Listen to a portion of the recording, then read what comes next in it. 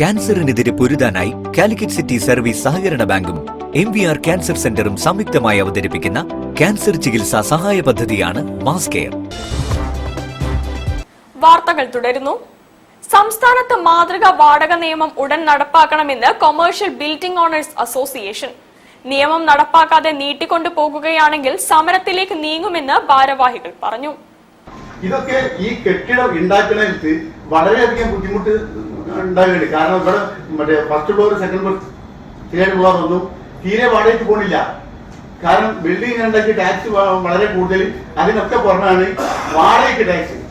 വാടകയ്ക്ക് ടാക്സ് എന്ന് പറഞ്ഞാൽ 18%. കാരണം 5% തന്നാൽ ഒരു 1000 രൂപ വാടകയ്ക്ക് കൊടുത്തു 200 രൂപ ടാക്സ് കൊടുക്കണം, വാടകയ്ക്ക് ടാക്സ്. അത് നമ്മൾ ഈ ഇപ്രാവശ്യം ടാക്സ് മാറ്റം ചെയ്തപ്പോ അതിൽ അത് ഒഴിവാക്കുമെന്ന് വിചാരിച്ചാൽ ഒഴിവാക്കിയിട്ടില്ല. ഇതുകൊണ്ട് ഈ ടാക്സ് കൊടുക്കുന്ന ബിൽഡിംഗ് വാടകയ്ക്ക് പോവാതെ കിടക്കരുത്.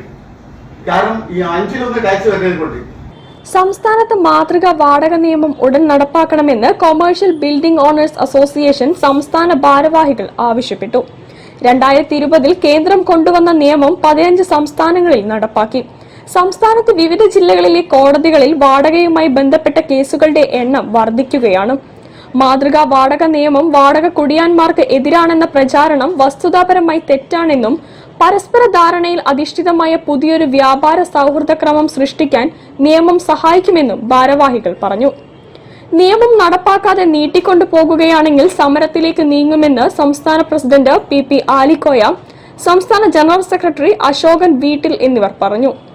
സംഘടനയുടെ സംസ്ഥാന അഡ്മിനിസ്ട്രേറ്റീവ് ഓഫീസ് 21-ന് കോഴിക്കോട് സംസ്ഥാന പ്രസിഡന്റ് PP ആലിക്കോയ ഉദ്ഘാടനം ചെയ്യും.